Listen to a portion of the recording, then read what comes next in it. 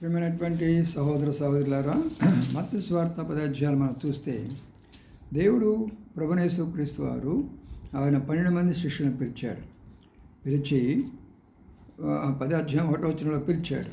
5వ వచనంలో వాళ్ళని పంపినట్లు ఉంది.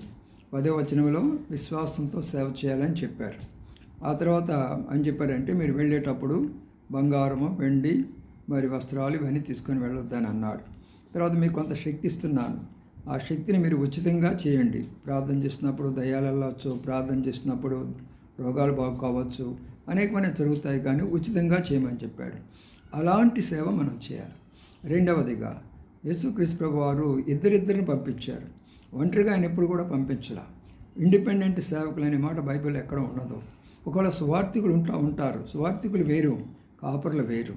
కాబట్టి మనం చివరి దినాల్లో ఉన్నాము. జాగ్రత్తగా చూసి మంచి సంఘానికి వెళ్ళండి, మంచి